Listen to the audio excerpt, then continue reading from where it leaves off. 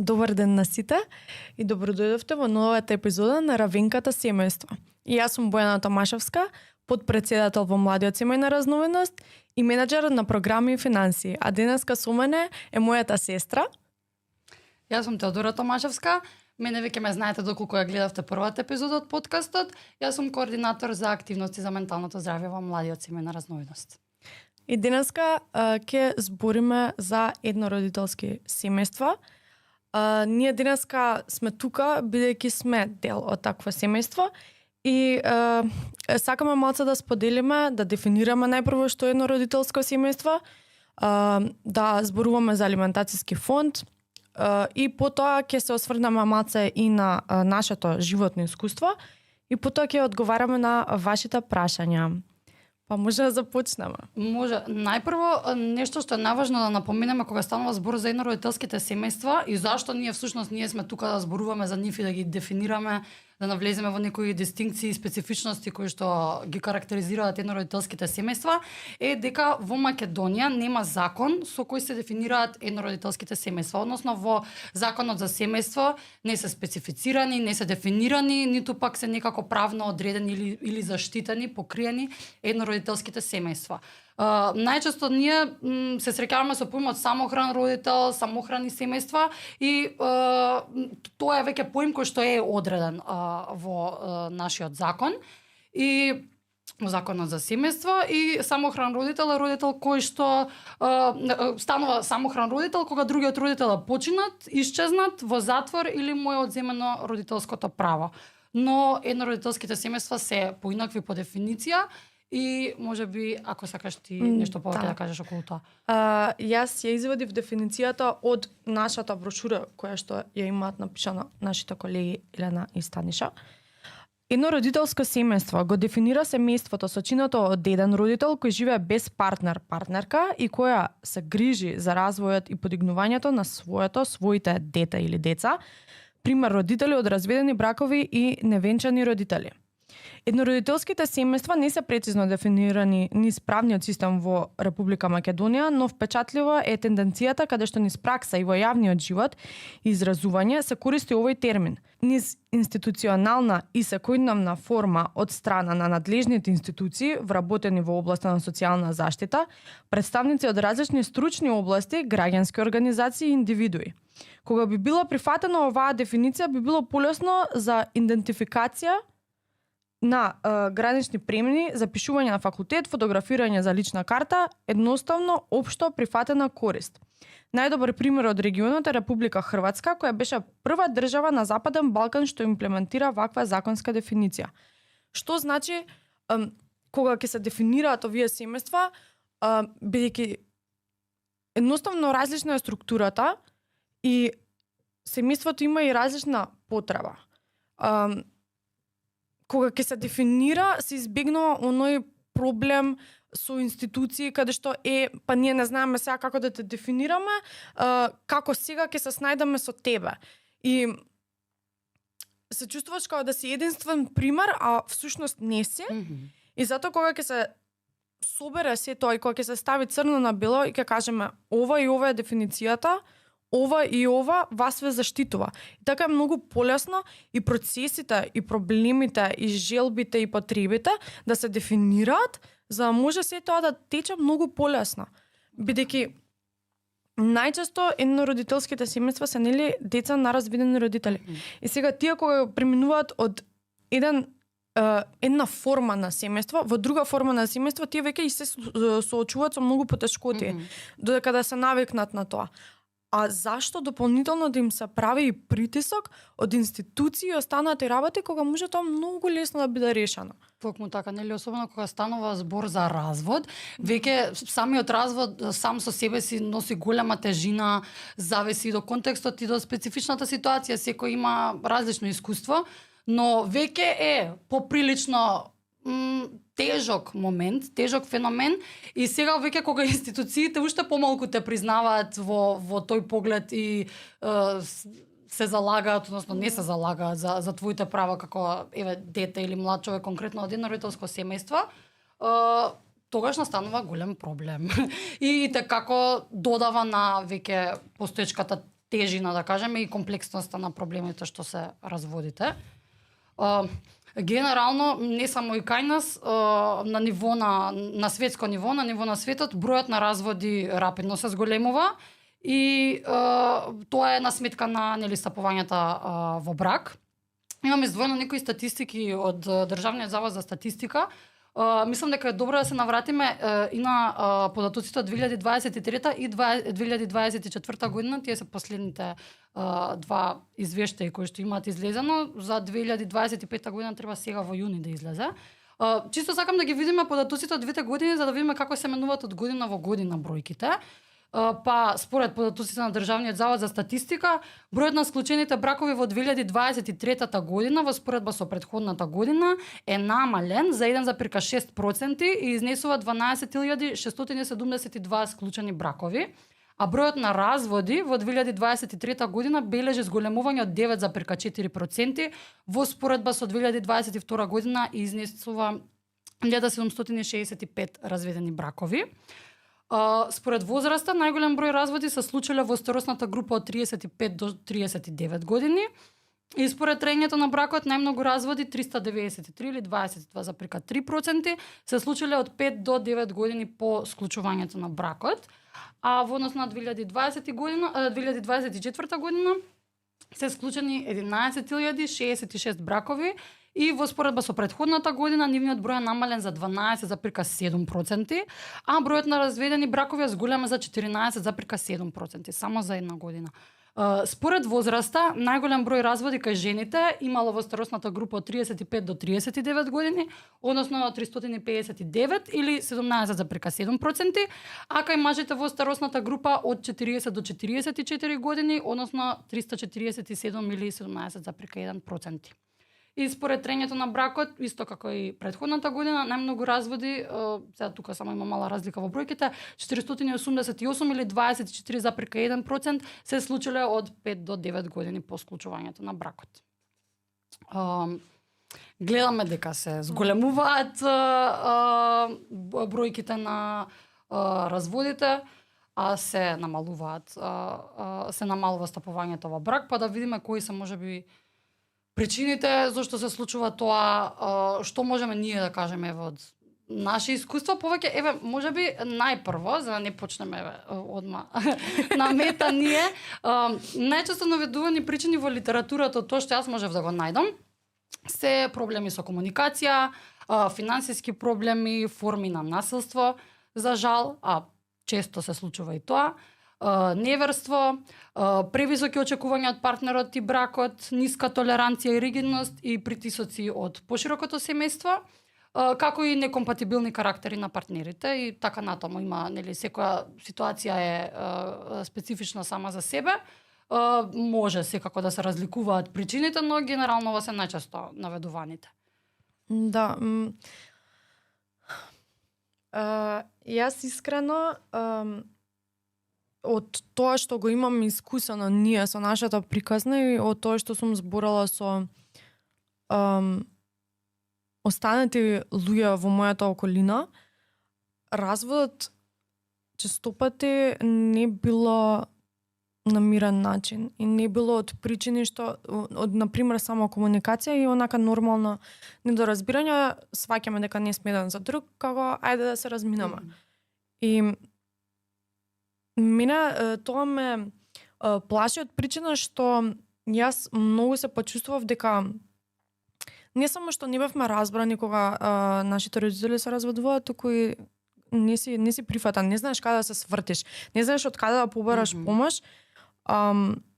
Нели секако е ситуација до ситуација, ти требаат едноставно ресурси, доколку има ресурси каде што ќе можеш да отидеш, да направиш барем еден разговор и некој да ти каже како ти не си проблемот, твоите чувства се валидни и треба само да работиш со своите чувства за понатаму да не биде потешко за тебе. Например, во нашата ситуација ние ја советувавме мајка ни дека навистина веќе време да си отидеме. И тоа траеше со години, не беше само во моментот кога Да, се кога е случи денеска тоа и не, спакуе да, се. не е нешто Да. што паѓа од небо, туку е нешто што навистина долгорочно се случува и никој нема да се разведе од што Од една му текнало причина, така да. и од една причина, најчесто се многу послојни, многу покомплексни.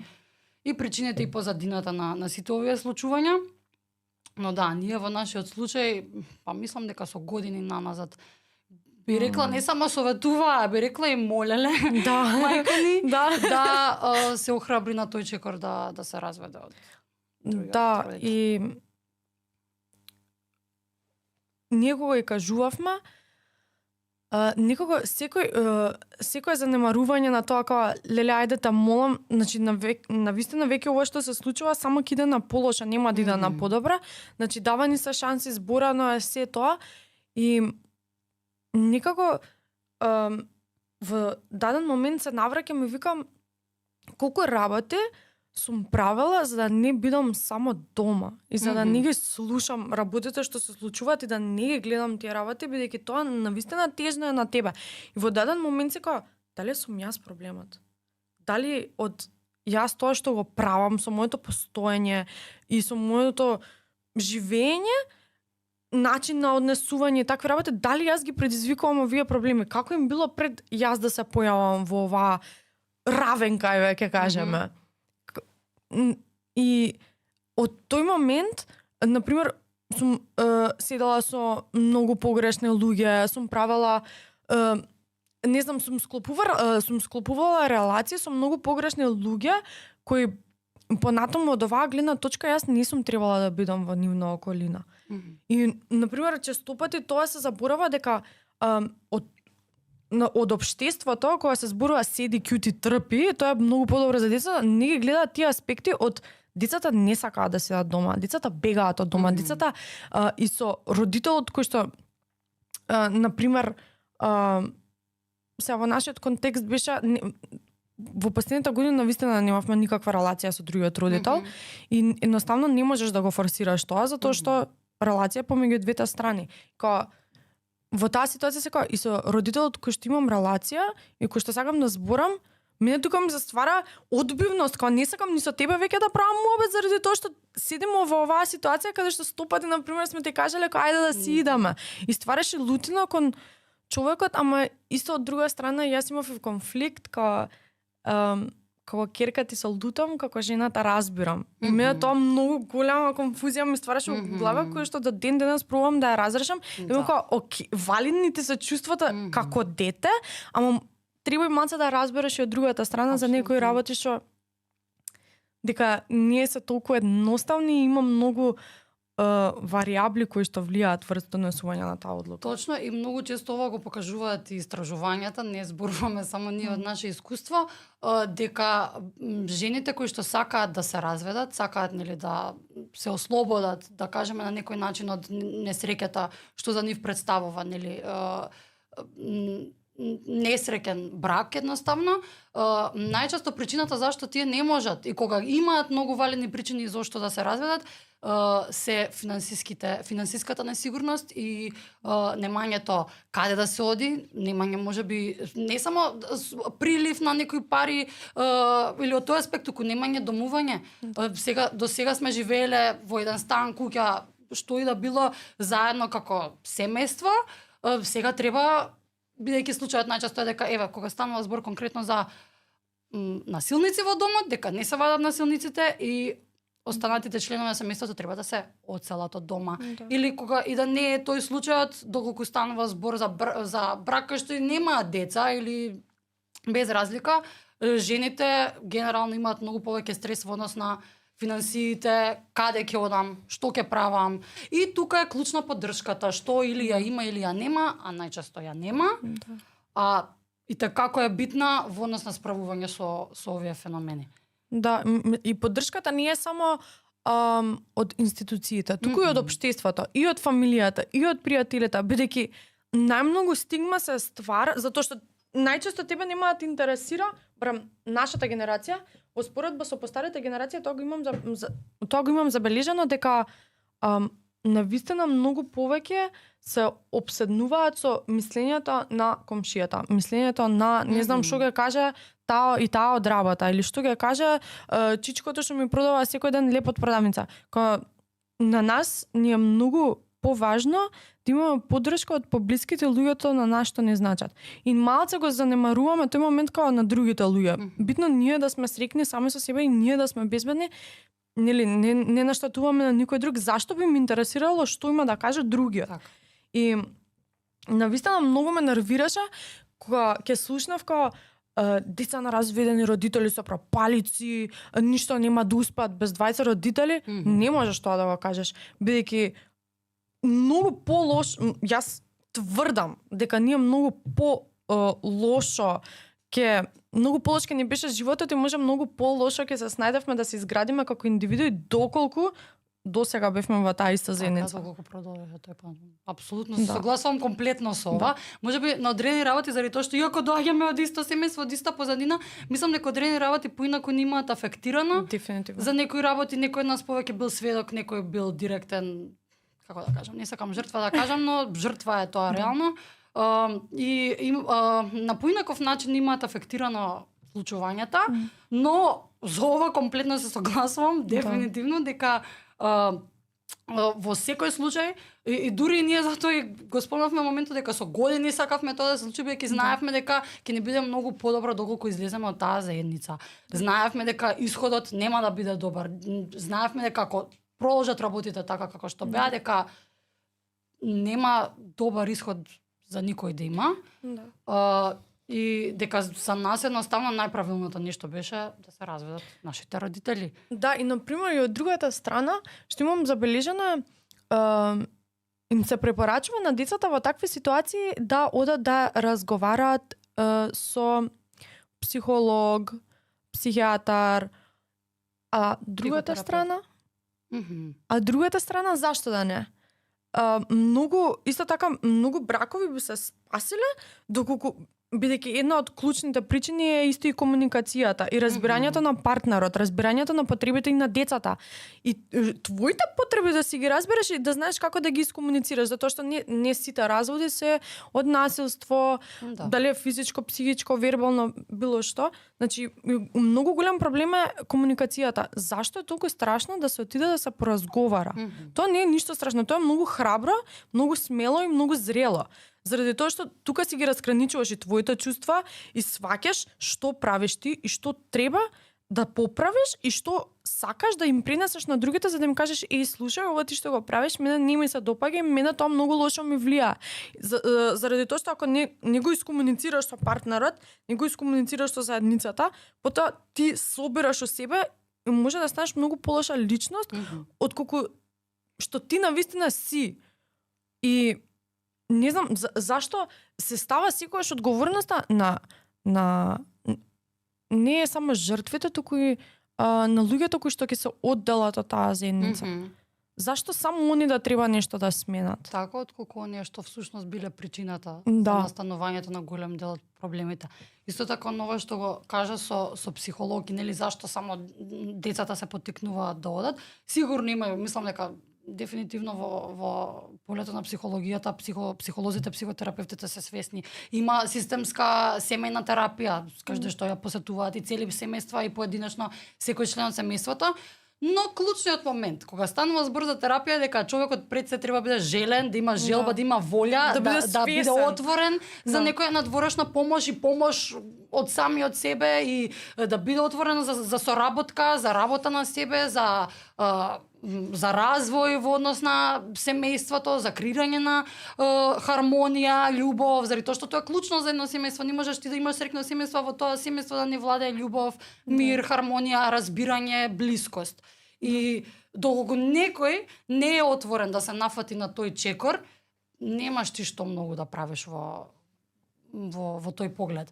Многу често гледаме дека доколку станува збор, повторно ќе кажам, за жртви на насилство или на било каков начин луѓе кои што имале можеби подлабоки рани во однос на некои семејни случувања, жртвите од тие ситуации се најчесто тие кои што посетуваат психолог или психотерапевт, што апсолутно треба да биде така, треба да им се пружи потребната помош, но гледаме дека другата страна ја нема. Да, и не знам зашто е толку страшно. Зашто и например кога јас замислувам равенката на семејството, не размислувам само маж, жена, деца. Јас размислувам на чувствата кои што ми ги буди семејството. Љубов, грижа, сигурност, заради тоа што нема врска дека доколку се двајца родители, дека тука семејството ќе функционира прекрасно. Апсолутно. Значи има многу ситуации каде што е многу подобро да се одделат родителите и тогаш навистина стануваат подобри родители кон сопствените деца. И исто така имам забележано многу дека кога децата бираат да останат со еден родител, другиот родител ги отфрлим. Кажа сега ти си го направи изборот, сега зашто доаѓаш кај мене да ме бараш? Така. Многу често на пример ние ако зборуваме од наше искуство, ние бевме многу свесни, многу зрели во однос на тој поглед, ние бевме способни и генерално сите млади се гледаат што се случува, ги перцепираат работите и оформуваат своји ставови, своји мислења, можеби се понаклонети кон еден родител отколку кон друг. И многу често се случува осуда од страна на родителот да каже дека другиот родител им ги наметнува ставовите на децата, дека тој им го мие мозокот, дека ги тера да не го сакаат другиот родител, кога децата се таму, светоци се, го трпат тоа што се случува, не им треба некој од страна да дојде да им каже, да им наметне, татко ти е ваков, татко ти е таков, кога ти живееш со тој човек и гледаш татко ти каков и нема потреба и апсолутно кога станува збор за родител, природно му е на детето да го сака родителот, да има близко со родителот, да цели кон тоа. И сега веќе кога детето нема такви чувства, емоции или ставови кон родителот, значи дека има некој проблем. И тоа ни треба некој од страна да дојде и да му го наметне на детето, кога детето живее со тој човек и самото искусува каков е неговиот родител. А во однос на тоа што го кажа за во равенката семејство, нели дека идејата дека традиционалното семејство е најдобро, е дека татко и мајка и деца и тоа е најздраво и така треба биде, тоа треба се задржи. Во ситуација каде што има љубов во семејството, каде што се здрави релациите, каде што нема хаос, нема насилство, нема нели сите овие причини кои што ги наведовме што доведуваат до развод, апсолутно секој од нас би сакал да ги има тие односи во семејството, никој не би сакал да расте во еднородителско семејство, да кажеме, доколку нели нема проблеми. Но кога станува збор за овие ситуации, секогаш е подобро доколку навистина нема друг излез да се разделат родителите и децата доколку нели се доволно возрастни да одлучат со кој ќе живеат понатаму, со кој ќе продолжуваат ќе продолжат да ги одржуваат релациите, заради тоа што децата се сопствени личности, имаат автономија врз себе си, врз сопствените одлуки и тие самите знаат што е најдобро за нив најголем дел од времето.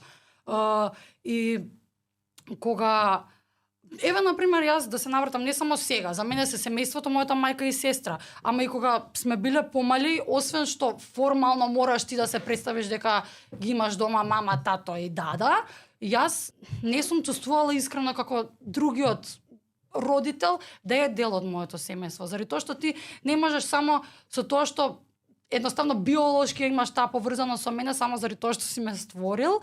Јас понатаму автоматски спрема тебе да имам некоја наклонета само заради тоа што ние сме генетски поврзани 50%. Не го разбирам тој момент заради тоа што јас без разлика нели сега што го немам видено тој човек со години и нормално е дека нема да имам никакви чувства, ниту потреба да го видам понатаму или да одржувам некаква релација, не сум имала никога, сум била мала. Не е нешто што се случило туку така, било нешто што се градело со години и јас не сум виновна за тоа. Јас би сакала да имам супер татко, топол, мил, нежен, присутен и така натаму исполнет со љубов кој не би сакал, нели? Но реалноста е дека не бил таков и јас ли сум крива што сум одлучила едноставно тој човек дека не сакам да ме биде дел од мојот живот. Зошто би сакала некој кој што носи само деструкција, повреда, траума и така натаму да не навлегувам, зошто би сакала тој човек да е во мојот живот. И пак ќе кажам, и кога бев и помала, еве, јас не знам ти како си ги доживувала тие работи, јас ни тогаш не сум го сметала тој човек како дел од семејството. Тогаш уште биле за мене семејството само мајка ми и сестра ми, но особено заради стигмата во општеството и ете некои формални, традиционални гледишта на работите, сум се представувала, нели бејќи уште сме живееле заедно, сум го представувала семејството како мајка ми, татко ми и сестра ми. Но понатаму кога е официјално, нели има таа физичка дистанца, отворена сум и искрено кажам дека за мене како и секогаш семејството се мојата сестра и мојата мајка. И мене ме нервира фактот што многу често децата се кривени за таа релација. Ти не можеш да натераш некој да има релација со тебе колку и ти да сакаш. Значи, можеш да го однесеш конјот до водата, не можеш да го натераш да пие вода. Така да, зашто само ги кривите децата? И родителот е крив за таа релација. Релација помеѓу двајца, не можеш само ти да се трудиш или само другиот да се труди и као, ајде сега, готово е, се средено. Не. Природно е за децата да сакаат да имаат комуникација и релација со своите родители. Ниту едно дете не кажало, ја нема сега да правам муабет со мајка ми или со татко ми, јас ти сакам да се гледам со нив. Зашто? Затоа што мене така ми текнало. Не заради тоа што не се чувствува сигурно детето со тебе во твојата околина, затоа што не е среќен. Зашто да идам негде каде што ми ги троши емоционалните батерии, немам чувство на сигурност, немам чувство на среќа, да седам јас со тебе. Зашто? Затоа што општеството тоа го очекува од мене. И цврсто верувам дека родител не е човек кој што направил дете. Многу луѓе, барем јас сметам дека во нашиот пример, ние сме произлегле бидејќи општеството го очекувало тоа од таа страна. Затоа што ти се раѓаш, живееш, ти доаѓаат годините кога што треба да направиш деца. Не е само тоа. Значи, децата е најлесниот дел да се направат. Што после тоа? Така. Родителството има развојна улога, има тоа е социјална улога, едноставно имаш општествена улога, имаш си носи тежина за тебе, не можеш ти само да го направиш детето и да го оставиш и да не бидеш вклучен во неговото одгледување, растење, воспитување, грижа и нега, да му ги обезбедиш основните потреби. Мислам и не само основните, и многу повеќе од тоа, потреби како љубов, поврзување и така натаму. А кога станува збор за разводот, различни се ефектите во однос на возраста на децата. Например, ние бевме адолесценти, ние веќе бевме многу посвесни. Законски бев возрастна личност. Ти официјално кога се случи тоа на хартија, ти само што наполни 18 години. Да, ти буквално веќе беше и возрастен. Но еве на пример ќе одам хронолошки, кај дојанчињата и кај малите деца, бидејќи тие не разбираат што се случило и имаат едноставно сега веќе некој нарушен ред заради тоа што се изменило нешто во секојдневието. И тоа ги прави понапнати, поплачливи и премногу зависни од родителот со кој останале да живеат. Понатаму во предучилишна возраст, на предучилишните деца мислат дека тие се причината за разводот и бараат многу повеќе внимание. Децата на училишна возраст им се лутат претежно на родителите.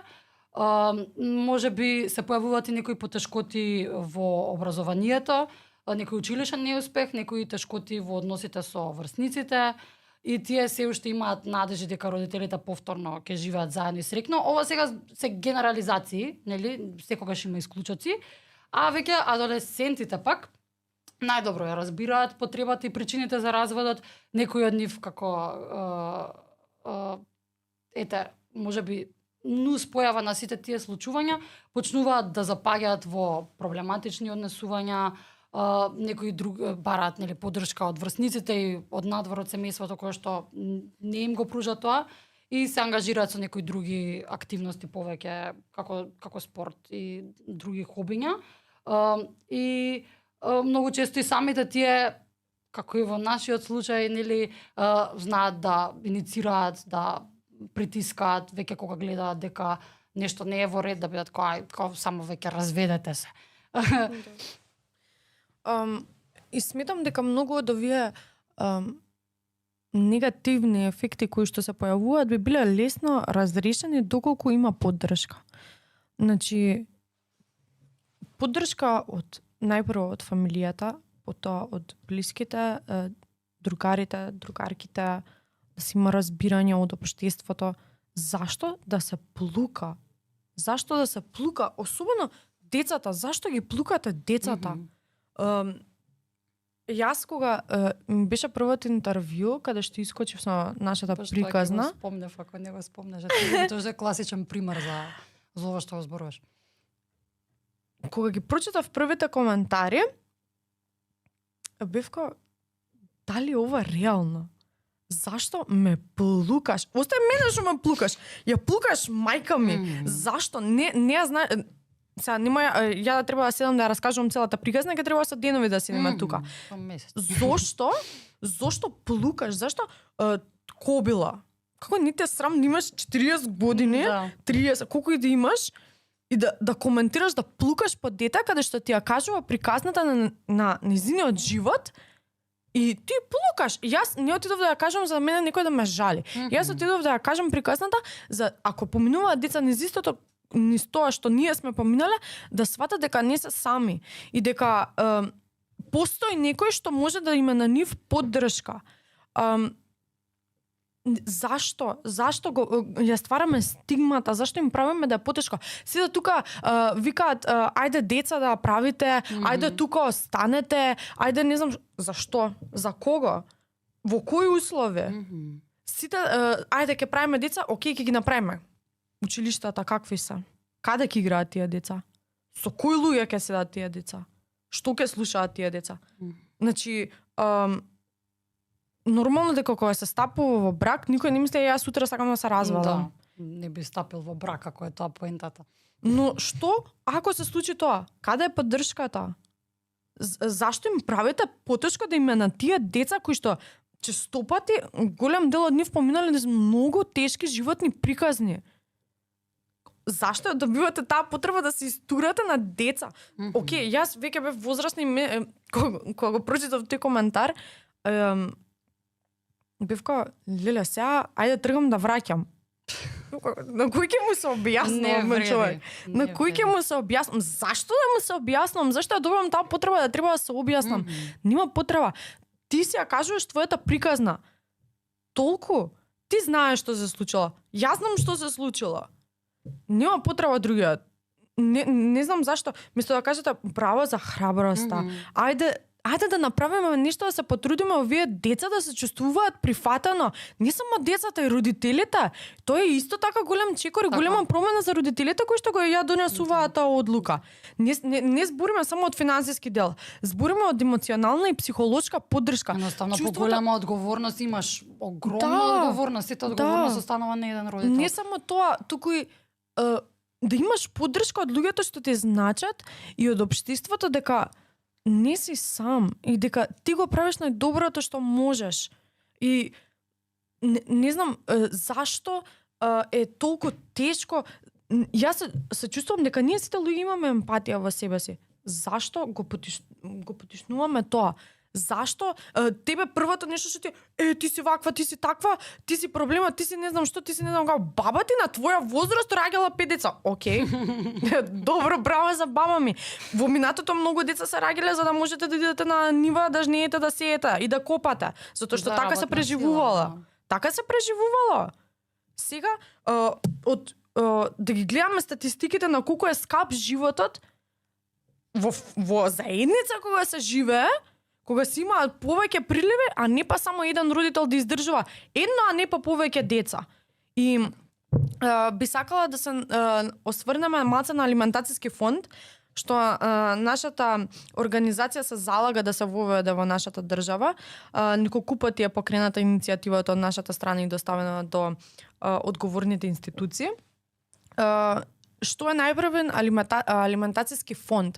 Алиментацијски фонд е државен фонд кој ќе ги исплаќа децата на кои што им следи алиментација и потоа ќе се тужи со страната која што ги должела, која што има обврска да исплаќа алиментацијата и им должела на децата. Во Македонија се уште не постои овој фонд и многу голем број на луѓе кои што имаат, значи, обврска, законска обврска е плаќањето на алиментација во разведени семејства. Значи, децата кога ќе отидат кај еден родител, другиот родител има обврска да исплаќа одредена сума, може таа да биде одредена од судот или преку спогоден пат, седнуваме, се договараме таа и таа сума. Океј, супер, и на двете страни му одговара. Кога не се плаќа алиментација, тоа е кривично дело. Јас лично не познавам никој кој што дословно со алиментација, дури во нашата ситуација, например, да е кривично гонат. Значи, кривично дело е тоа. Во 2023 и во 2024 година се евидентирани само неколку затворски казни. Иако секоја година се поднесуваат над 600 пријави за неплаќање на алиментација. Тоа мене ми е сулудо. За обврска. Законска обврска. Обврска.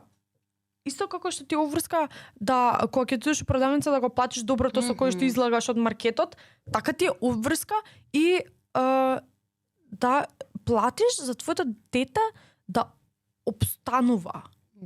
Не е тоа као ќе се луксузираме ние сега, не знам како, не знам што. Најчесто тие пари се користени за основните потреби на децата. И не се на некои огромни суми кои што тебе богаташките направат, туку едноставно е тешко со една плата да преживее родителот кој што живее сам со децата и апсолутно е потребна алиментација кога станува збор за некоја базична финансиска стабилност на децата. Кај нас е ова еден страшен проблем кога станува збор за неплаќањето на алиментацијата, заради тоа што гледаме дека според закон тоа треба кривично да се гони кога човекот не плаќа алиментација. Кај нас ретко кој навистина сноси последици за неплаќање на алиментација. Реалноста е дека многу луѓе кои што ја имаат обврската да плаќаат алиментацијата не го прават тоа или пак не го прават навремено, цело време бараат некои начини да се извадат од тоа, А тоа им е овозможено заради тоа што институциите не си работат својата работа и не застануваат на страната на оштетените во овој случај и се овозможува и понатаму ваквите ситуации да обстојуваат. Доколку би постоел алиментационен фонд, би се искоренил овој проблем. Толку би биле едноставни овие работи, заради тоа што ние од наше искуство многу добро знаеме што значи неплаќање на алиментација и човекот да нема никакви последици за тоа. И не само тоа, за многу работи во земјата нема сносење на одговорност за луѓето кои што треба да сносат одговорност. Такви се и случаите со семејно насилство, ретко кој лежи во затвор за тоа. Има, можеби сигурно доколку истражиме луѓе кои што издржуваат казна за семејно насилство, ретко кога тоа се случува, ретко кога се сваќа сериозно. И ние од наше искуство и тоа го знаеме. Седиш во институција, јавен обвинител ти кажува дека ние веќе барам си имавме оцелено тогаш, ти вика како нема ништо да се случи со ова, нема никаков исход да има, вие си имате заминато од таа средина. Единствено нешто може да побарате да не сме да ви се доближува, но дека он ќе има некои последици од тоа, дека ќе лежи затвор за семејно насилство. Нема да се случи. А рачунете, ние имавме ситуација каде што за среќа имавме каде да отидеме. За среќа имавме каде да отидеме. Стан останат од наследство од дедо ни, таткото на мајка ни и претходно не живеевме, ниту пак беше тој во наша сопственост и кога се оселивме не беше во наша сопственост, беше издаван тој стан на Кираџи, но за среќа, заради тоа што не можам да замислам како ќе беше доколку ја немавме таа опција. Многу луѓе немаат таа опција. Луѓе живеат во шелтери. Нема кај да одат. И го спомнавме и тоа на почетокот дека е голем проблем кога станува збор за развод, дека најчесто жените немаат излез од таа ситуација. немаат излез, каде ќе одат. И клучен проблем исто така кога станува збор, особено за ситуациите каде што има семејно насилство, е што насилникот не се вади од домот. Да. Туку жртвите да. се вадат, значи луѓе кои што поминуваат низ траума, ти ги вадиш од местото каде што они го познаваат, на нив им е познато, тоа е нивно, ги вадиш и ги носиш негде кај што не знаат никој. Во шелтер каде што има субстандардни услови, сега не сум била за среќа за да знам точно каква е ситуацијата, но можам да претпоставам дека не е сјајно и од некои работи што ние ги слушавме кога бевме во тој процес, знаеме дека не е сјајно. И сега гледаме дека има многу пропусти кога станува збор за овие работи, дека еве конкретно во случајот кога има семејно насилство, и тоа мислам дека голем дел од проблеми провлекува со самото себе што што не се постапува, не се прави ништо, нема никакви последици врз насилникот и го гледаме тоа во денешницата со зголемените броеви на фемициди, дека насилникот си седи во домот, никој не го вади, никој не го ручка, нема никакви последици, жртвите нема кај да одат, единствено во некои крајни случаи ги носат во шелтери, но остануваат заедно со насилникот тогаш и што правиме понатаму? Да. Жени умираат, жени се тепани, деца се травматизирани, и децата исто така се жртви на насилството. И каде одиме со тоа? Да. Ќе бидеме среќни и задоволни со тоа што ни умираат жени и деца, и насилниците си постојат, си седат уште во домот, продолжуваат и понатаму со истите постапки и не сносат никакви последици. Ептен, ако те убие и ако го прекине твојот живот, тек тогаш ќе сноси последици. Тогаш се крива фама, тогаш, а што пред тоа? Многу работи кои што се со такви фатални последици можеле да бидат средени уште пред да стане толку екстремно. Многу лесно е тоа решливо, заради тоа што поставуваш закон, поставуваш институции, поставуваш работи каде што жртвите можат да бидат заштитени и тој процес да не трае со години, да не биде тежок емоционално, финансиски, на секој начин да влие лошо и по родителот и по детето. Заради тоа што многу луѓе не го прават тоа, бидејќи многу долго трае, многу е напорно, многу парите требаат, а често пати не ги имаат на одвишок за да ги даваат за тие работи. Значи, ние баш тоа го размислував вчера, колку сме биле, за жал, привилегија што сме имале каде да отидеме. А за тие што немаат каде, зашто да биде привилегија да имаш кров над глава? Зошто? Најосновното нешто, ние сме биле као леле, ние сме срекни, ние сме заштитени сега. Дека има уствари каде да одиме, кога веќе мораме да си одиме од сопствениот дом, наместо еден човек да се спакува и да си замене, еве, нека не лежи в затвор за своите постапки. Нека не сноси последици. Едноставно, замини си и остави ги луѓето да имаат право понатаму да живеат достоен живот. Да, биде достоинствен, излезе и свати дека си проблемот и отиде си. Јас имав многу голем проблем кога си отидовме од таму кај што живеевме, бидејќи јас се чувствував како седа ми е таму. Друштвото ми беше таму бев израсната, многу бев флута, зашто треба да си отидам од таму каде што таа собичка била наша. И јас таму сум израснала и таму сум седала и кога ќе сум погледнала низ тераса сум можела да ги видам моите другарчиња. Буквално можевме да збориме со другарка преку тераса. Очевивме толку близко и такви некои моменти ми беа и толку бев лута што требаше се тоа да се напуштам за да можам да се чувствувам безбедно, да отидеме ние на сигурно, а он да се седи таму и на него седа му е супер. Зашто? И после тоа, бидејќи кај нас беше таква ситуација така што јас го пријавив родителот за семејно насилство, требаше да идам на сесии каде што објаснувам ништо све ние сме поминале за да се докаже кој уствари насилникот во ситуацијата, а ние со повреди отидовме со докажани повреди.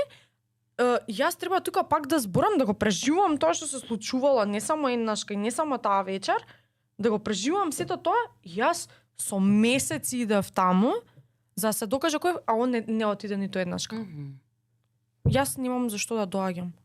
Зашо ми правите тортура и на мене? Зошто? Многу се нервирам што секогаш децата трпат многу повеќе наместо човекот кој што ги направил тие ситуации. И од општеството се многу поприфатени, а и институционално се многу поддржани. Да.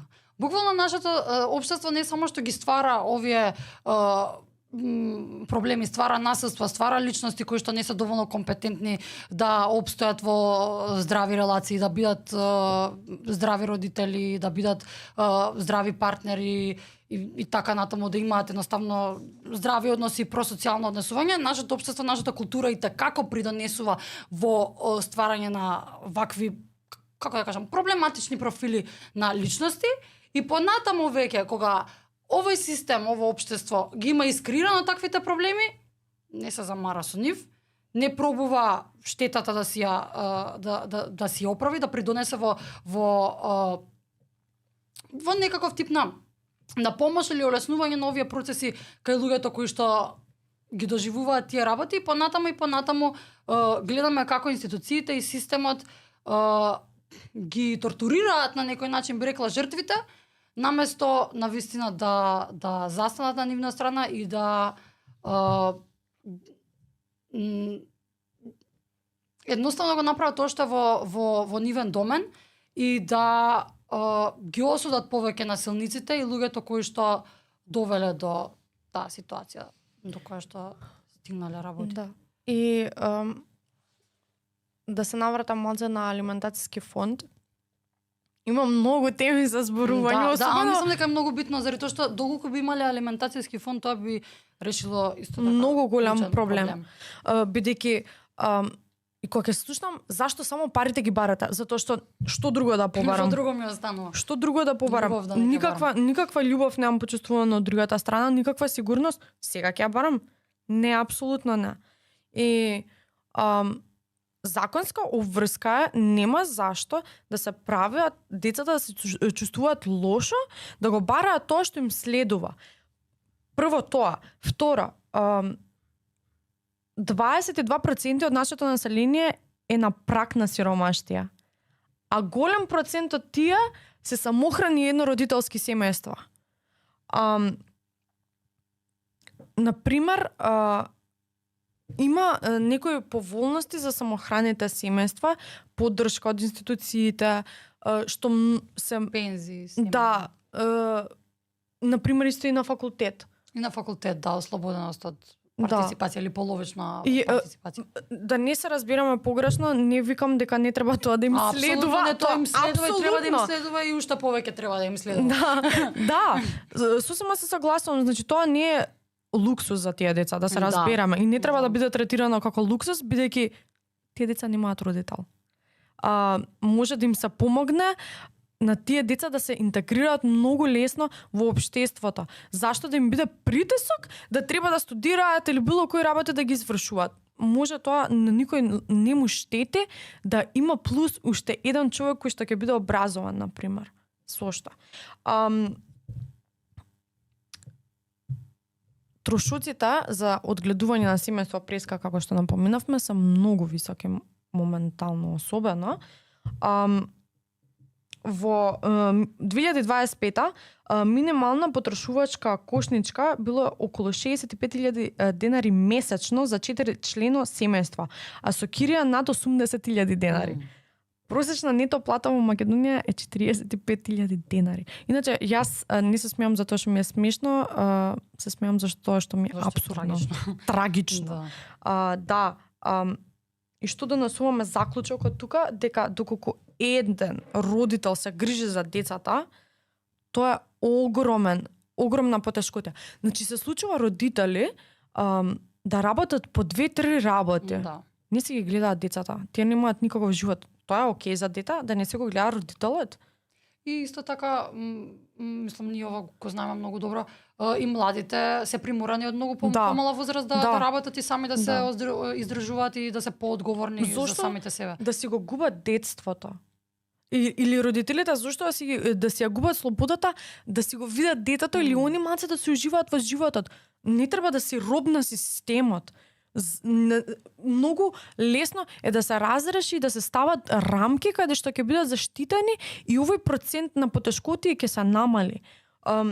Нема потреба да им се вика на децата, сме работели, ние работите вие. Зашто имаме таква потреба како општество, доколку ние сме пателе и сите околу нас да треба да патат? Апсолутно нема потреба. Ако не си пател, добри. Ако не си пател, ти не си човек. Мене тоа ми е многу сулудо да се кажува на деца кои што пател и без разлика едноставно се случило нешто во семејството, нема кој да се грижи за нив, зашто да треба децата да си занемаруваат образование, искуства. Значи, човекот се гради не само преку формално образование, и преку социализирање. Тоа е многу клучен дел од како човекот ќе се изгради, со кој ќе збориш, каде ќе збориш, дали ќе збориш со некој, дали ќе видиш нешто, патувања, искуства, журки, седенки, било што, тоа е се културни настани. Да. Тоа е се клучен дел од еден живот на една индивидуа. Браво треба да кажеме затоа што ние сме се малтретирале за животот наш за да обстанеме? Апсолутно не. Апсолутно не. Ниту пак јас би сакала некој да се мачи како ние што сме се мачале. Не сме биле ние во екстремна ситуација.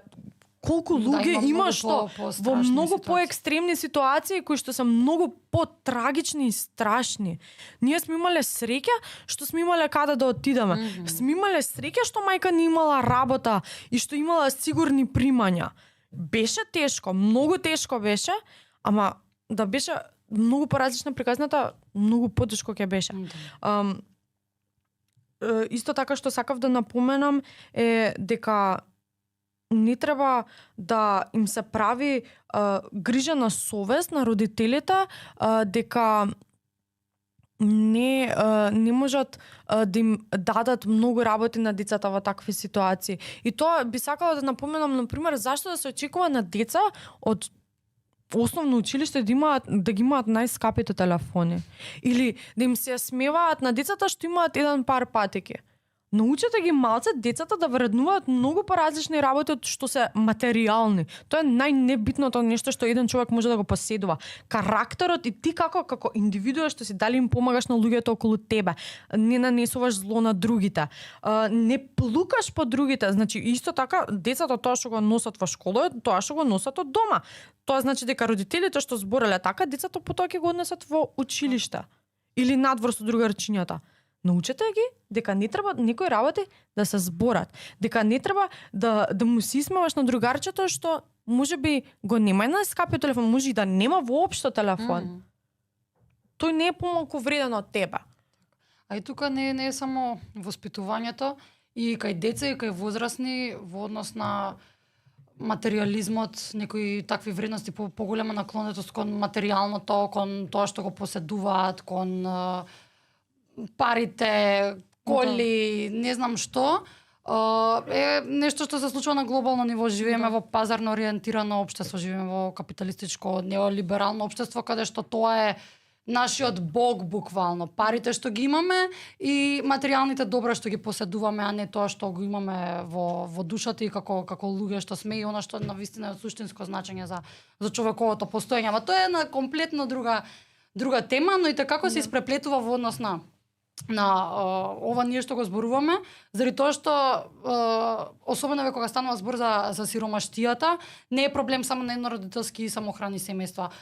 Имаме голем дел од ромската заедница која што живее во сиромаштија. Најчесто она што е главно е дека работнички семејства се соочуваат со овие проблеми и има различни групи на луѓе од различни позадини кои што се поподложни на сиромаштија за жал. А тоа ќе се случува се додека живееме во општество кое што е ориентирано кон профит, а не кон човечките животи и максимизирање на човековата добросостојба и задоволството од животот и некои подуховни човечки вредности, похумани вредности кои што треба се негуваат во општеството. Така што тоа не може да се смени само со некои реформи, или пак само со воспитувањето и како може да придонесе, туку одредени работи треба од корен да се сменат за да функционираат поинаку тие феномени. Да, се чувствувам како ние кога раставме да имаше многу поразлични вредности од сега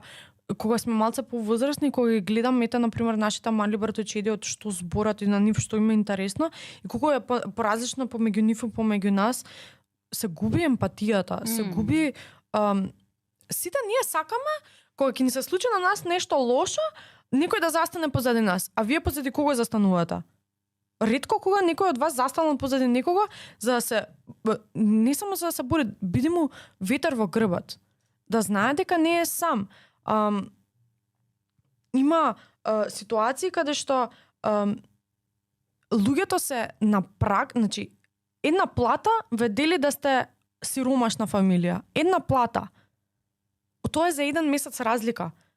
Не дај Боже кога ќе се најдете во ситуација на разведени родители, самохрана семејства, не знам, сиромашно семејство, било што, тогаш ќе видите колку ви значи тоа што луѓето околу вас кои што се борат за овие тематики, колку ствари се труделе вашиот живот да биде подобрен. Не значи дека доколку не припаѓаш од некој од заедниците кои што се маргинализирани или припаѓаат во некои од тематиките кои што ги спомнавме сега, дека не треба да се залагаш за живеењето нивно. Бидејќи можеш и ти да припаѓаш во таква заедница во еден момент, тоа се менува многу лесно. Многу лесно можеш да припаднеш во овие групи. Што тогаш? Тогаш ќе сакаш некој да те поддржи. Затоа поддржувајте ги и луѓето и организациите кои што се залагаат за овие работи. Настојувате да има малце општествени промени, законски промени, за да бидете заштитени. Не значи дека ако на тебе не ти се случува, дека никогаш нема да ти се случи во животот. И ме нервира тој момент на доколку мене не ми се случи и доколку јас го немам доживеано тоа, реално нормално е дека да ти не си во мојата кожа, не си го поминал истото што јас сум го поминала и не можеш комплетно да ме разбереш, ама стварно не мора човек да треба да помине нешто за да почувствува емпатија за другиот и да почувствува некакво сочувство или потреба дека како човек едноставно треба да бидеш тука и треба да придонесеш во релациите со другите луѓе и за нивната добросостојба. Сега секако треба и да се грижиме и за себе и да бидеме посветени на себе си, ама индивидуализацијата како ни има наштетено на целиот свет, не само кај нас и генерално на западот се гледа како индивидуалистички, ама гледаме колку се отуѓуваме како луѓе се повеќе и повеќе и не ја негуваме таа емпатија што и природно како луѓе ја имаме и не ги негуваме тие вредности кои што се однесуваат на социјалната кохезија, на помош, алтруизам и така натаму, туку многу повеќе сме фокусирани на самите себе си и така како гледаме некој вид на намалена емпатија, намалено разбирање, сега и социјалните мрежи придонесуваат во креирање на екохомори, екокомори кои што ни го даваат тоа кое што и понатаму ги поттикнува истите ставови што ние ги имаме, не гледаме нешто поразлично надвор од тоа и си се држиме цврсто само до тоа во кое што веруваме и само до тоа кое што ние го гледаме на социјалните мрежи, а другиот не ме интересира, ставовите на другиот не ме интересираат, предизвиците со кои што се случува другиот не ме интересираат. Но секако ова се многу поопштирни теми, ние сега имаме други теми да завршиме, ама апсолутно се сите работи поврзани едно за друго. Секога станува збор за овие работи е елемент во овие случувања. Да. Дали сакаш да преминеме на прашања? Може да, ние добивме некои анонимни прашања од други млади кои што доаѓаат од еднородителски семејства, па може малку да ги подискутираме, да видиме како би одговориле. Ние не сме експерти, ниту професионалци, едноставно сме и ние млади кои што доаѓаат од еднородителско семејство и можеби во однос на нашето искуство и наши некои гледишта и сваќања да одговориме. Да се разбираме дека секоја ситуација е различна, како што потенциравме неколку пати претходно. Ние може да збориме само наши гледишта да дадеме тоа што ние сме преживеале, а и можеби слушнале преку работата во младиот семејна разновидност, какви ситуации постојат и да ве посочиме на работи што нас не направиле да бидеме подобри или да се снајдеме во општеството и системот. Така. И само уште едно нешто да додам во контекст на сето ова досега што го зборувавме и на сега ова што ќе преминеме, дека ние ги споделуваме нашите искуства. Ние апсолутно споделивме и одредени нели наоди од истражувања и знаеме и од пракса и од ситуации ние што сме ги виделе, не само тоа што сме го доживувале, какви се ситуациите во државата и пошироко, но многу е тешко кога станува збор за луѓе и за човечки животи кои што се уникатни и комплексни сами за себе, имаат собствена посебност и карактеристичност, да генерализираме. Секоја ситуација е посебна сама за себе, ние не можеме тоа сега да го правиме да ги анализираме секоја ситуација посебно. Ние тоа што можеме да го направиме да го споделиме нашето искуство и во согласност со тоа да придонесеме во овој разговор. И не треба да се земе се здраво за готово, заради тоа што има луѓе кои што имаат и различни искуства, има разводи и работи во ова поле кои што се разрешуваат на мирен начин, каде што едноставно дали можеби прекинала љубовта и луѓето одлучиле дека честно, хумано понатаму ќе се справуваат со тие ситуации, дали во името на децата или заради тоа што едноставно се зрели личности, има секакви различни. Има ситуации што сум слушнала каде што секоја недела, иако се развидени родителите, сидат на ручек со децата. И тоа е многу нормално. Идат на одмори заедно, можат на случувања, на пример на дипломски, на матури, на такви работи, да коегзистираат родителите, иако се разведени. Се тоа многу мирно и многу нормално. Јас многу поддржувам такви ситуации заради тоа што разводот треба да биде тоа. Треба да биде нормално коегзистирање помеѓу двете страни, едноставно не бивало и не бивало. Ама тоа не значи дека разводите кои што не наликуваат така дека не треба да бидат поддржани и да бидат плукани, баш напротив. Значи, првото прашање. Дали децата се виновни кога родителите се разведуваат? Сакаш ти да почнеш или јас? Почнете. Најпрво, еве и на почетокот некаде спомнавме најчести причини кои што се наведени како причини за развод. Никој никаде не вели дека детето ги било причината за разводот или ги довело родителите да се разведат. Апсолутно разбирам дека можеби некој не експлицитно ја наметнува таа вина на децата, но децата дали по некоја природа на нештата си ја наметнуваат таа вина на себе или едноставно почнуваат да чувствуваат вина за работите што се случуваат околу нив. Преска и баш истото тоа го напоменав конкретно за предучилишните деца, дека тие често заради таа некоја егоцентричност која што се јавува во тој период од детството, дека ние ги гледаме работите од нашата перспектива, се уште се немаме доразвиено да ја разбереме суштината на работите, од каде произлегуваат некои ситуации, некои појави. Најприродно е на таа возраст, на предучилишната возраст, децата да го почувствуваат таа некоја доза на вина. И еве, јас искрено од моје искуство за развод на моите родители апсолутно не се чувствувам виновна. Сум, како што кажавме, преска, нели, сме ја поддржувале нашата мајка во однос на правење на таа одлука и немам никакво чувство на вина што моите родители си имаат развиено, баш напротив, тоа за мене беше ослободување и беше нешто што со години го посакував. Разбирам дека има ситуации кај што разводот е непосакуван од страна на децата особено, но еве, например, кога бев јас мала, за одредени случувања во семејството, кои што биле по насилни и дисхармонични, да кажам, заради тоа што сум била од страната која што директно била жртва на некои такви немили настани, како да кажам, многу природно, баш еве, кога ќе се навртам, и стварно била таа возраст, предучилишна возраст, кога прв пат сум го почувствувала тоа чувство на вина. Јас исто така бев дете кое што беше многу бунтовно уште од многу мала возраст, за неправдите во семејството, за некои морални повреди што ми беа нанесени или било што и да било, се бунтував, се бев храбра реално, што од многу мала се спротивставував на некои случувања и многу често тоа беше гледано како лошото дете. Затоа што јас не бев обичен послушник и следбеник и не бев инфериорна, да, дете бев, родителите се дефинитивно авторитет во однос на таа ситуација, ти си малечко и за некои работи безпомошно. но и така како храбро, како да кажам, се спротивставував на некои работи и многу често тоа влијаеше на тоа јас да се чувствам како јас да сум проблематична, како јас да сум лоша, и заради тоа и бев и карана, беа превземани мерки за тоа моје однесување, како да кажам. И дефинитивно го имав тоа чувство на вина во однос на одредени случувања, а не во однос на бракот.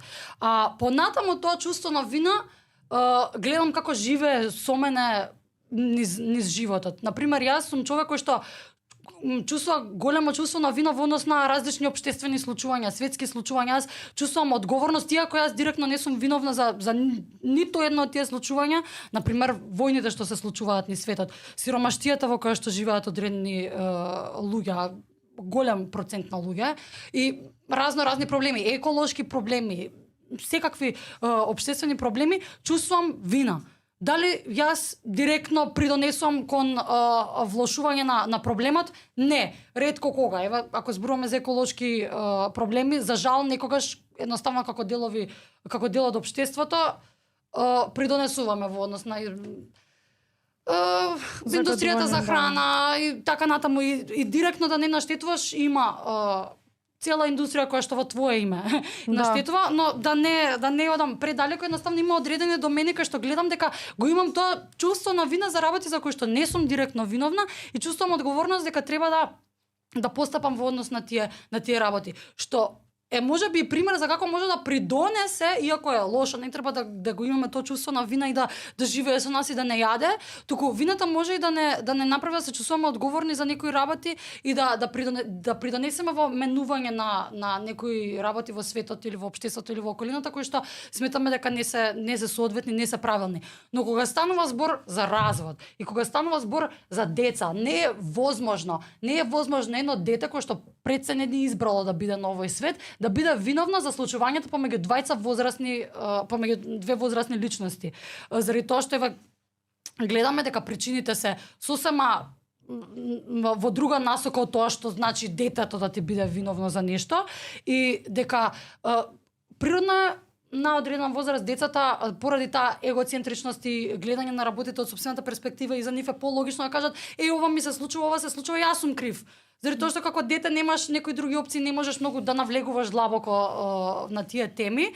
Сега не знам каква е специфичноста на овој случај, не знам кој го поставува прашање, но дефинитивно ова не е само сожалување или не знам јас тука сега да трубам дека не сте виновни, навистина не постои реалност каде што детето е виновно за случувањата помеѓу родителите.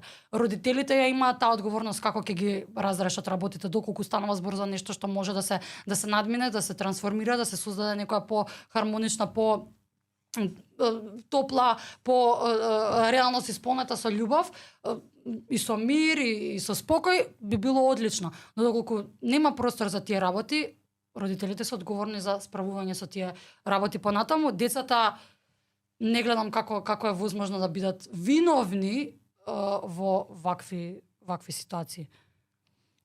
Јас би сакала да потенцирам дека ниту едно дете на светот со своето постоење или дејствување не е криво за разводот помеѓу двајца родители.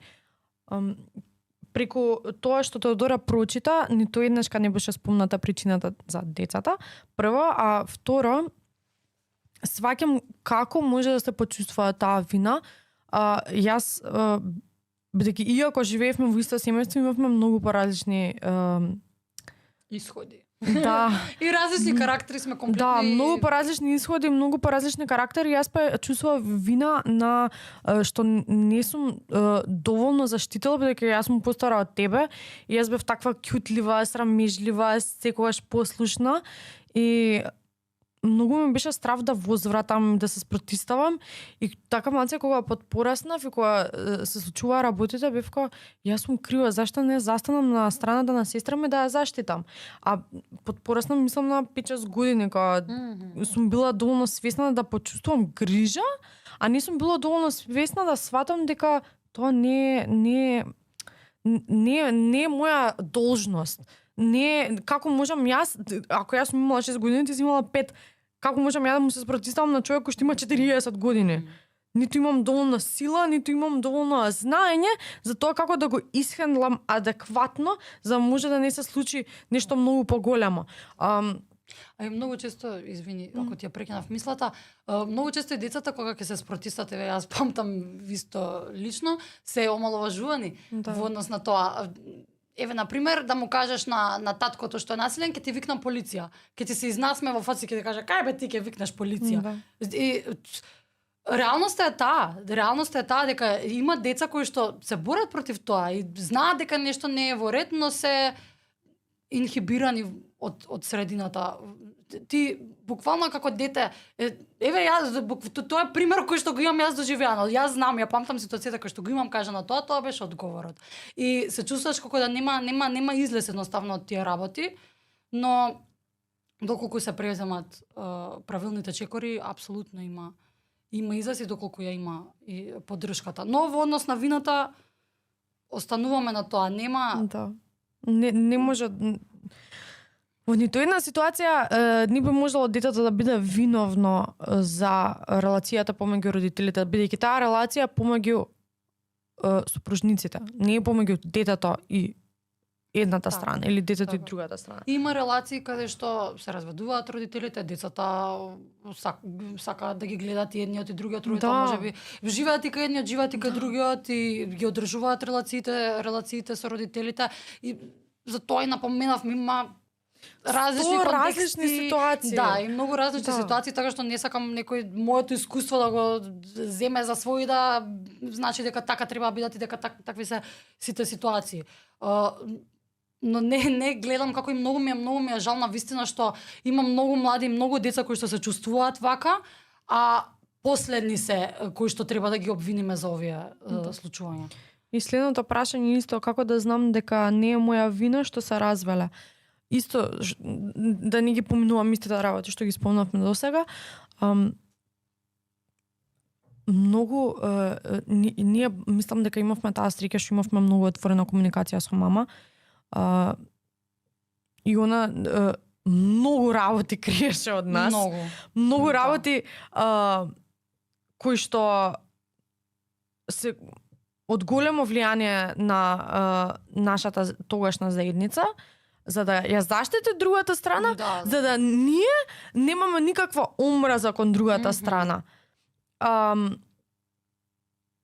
Доколку ја имаш можноста да збориш со родителите и да ги прашаш на друг начин, не знам како 100% би се осигурале. Доколку не постои таа можност, најубаво и мој совет е да се разговара со некоја личност на која што може да се доверите, на која што и верувате. И исто така е многу важно и објективното мислење. Иако во ситуацијата секој ќе го каже дека не сте криви, бидејќи тоа е најреалниот одговор. Децата кога ќе се донесат во заедницата на семејството, само може да ги изведат на виделина проблемите што претходно се случувале, но може биле малце затаени.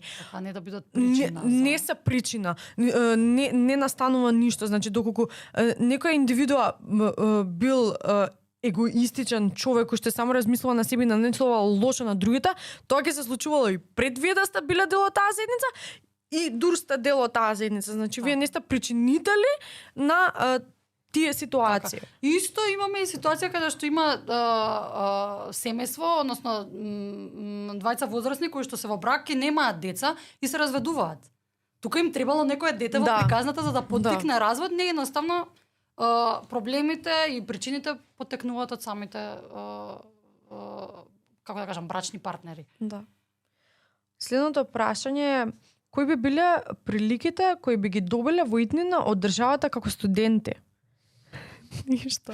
Од државата ништо, од вака ние секогаш можеме да ствараме притисок и да бидеме гласни во однос на нашите потреби, она што ние би сакале да се измени во иднина, но дека ние нешто можеме од оваа држава да очекуваме, мислам дека сите сме свесни дека не можеме. Едно нешто е можеби да го споменам, не е за во иднина нешто кој знае колку перспективно, но е наша долгогодишна иницијатива пред сега да се измени повторно законот за високо образование.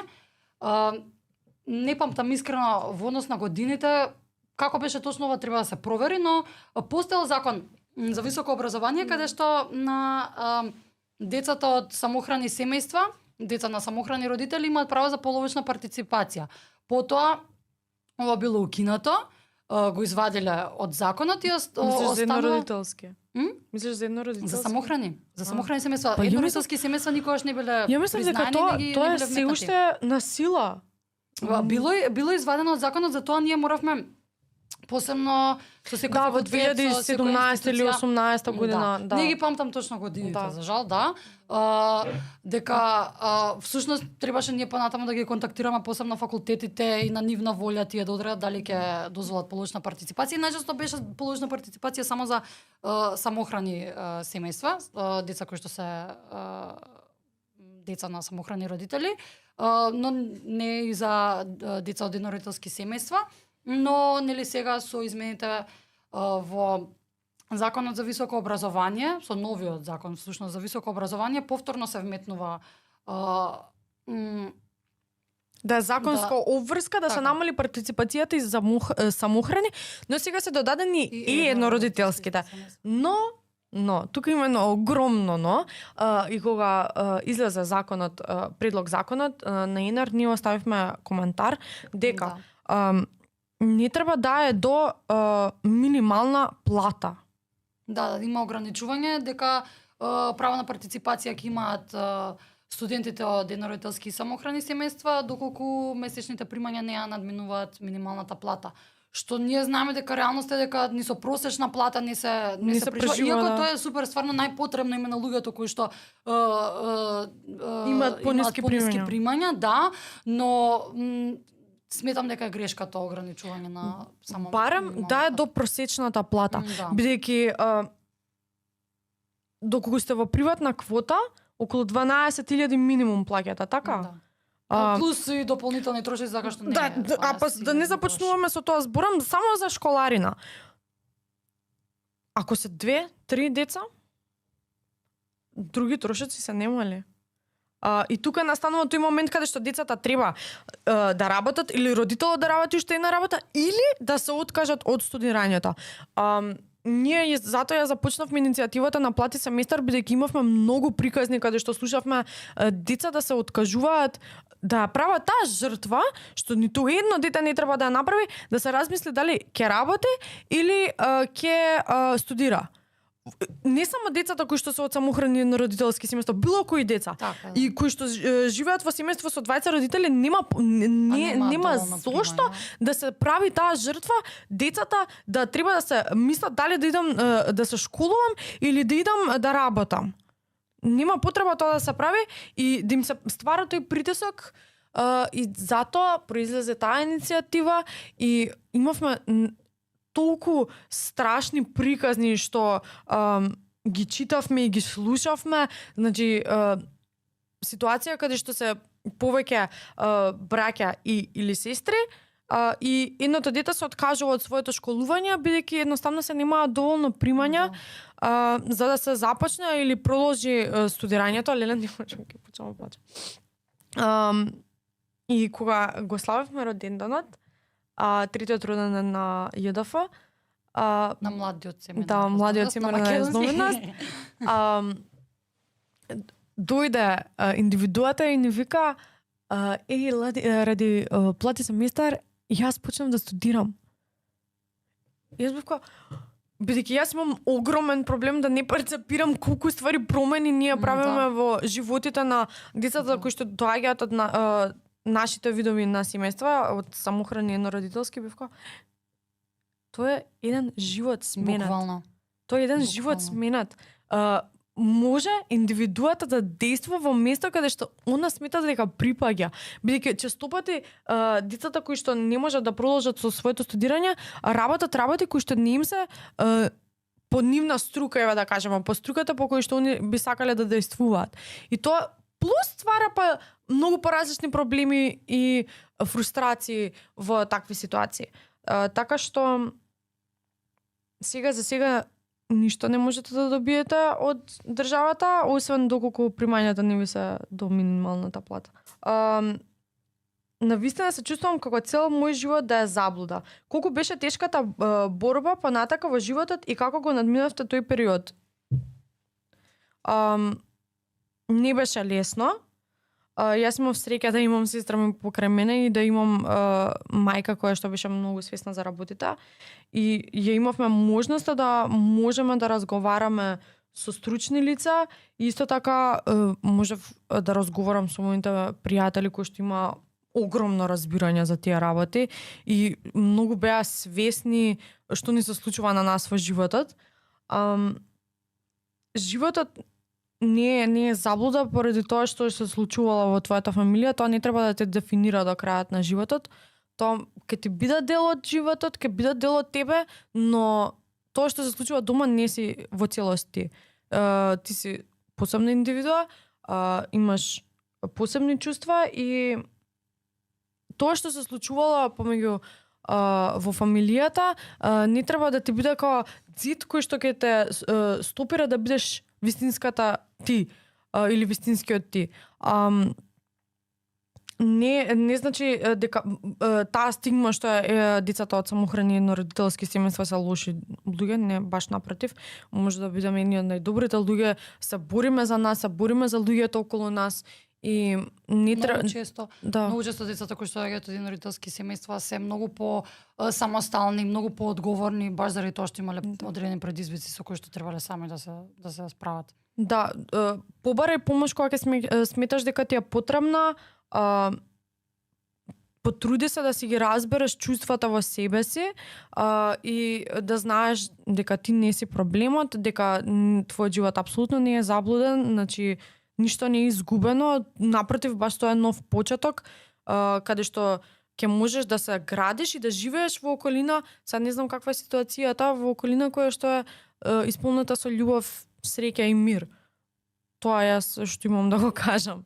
Така да, ако имаш нешто да надополниш. Сосема се согласувам, едноставно можеби некогаш менувањето на реалноста може да не доведе до чувство на заблуда, дали се беше лака до сега, но не е тоа суштината на работите едноставно. Некои работи можеби се кријат од децата, но од секогаш постоеле и нашиот живот не треба да биде дефиниран исклучиво од тоа што ни се случува во семејството. Ние сме многу комплексни суштества и постоиме во многу различни домени, иако и семејството како првичен агент на социјализација и примарна институција во која што се развива детето, ние најважно и е важно, семејството е најважниот дел можеби од од нашиот живот, но не треба тоа да биде единственото нешто што не дефинира.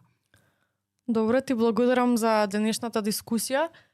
Се надевам дека работите кои што ги поминавме ќе бидат од помош и дека ќе ви разјаснат некои дилеми. Секако ние стоиме на располагање, доколку сакате да нас контактирате, можете преку нашите социјални мрежи, Младиот семејна разновидност.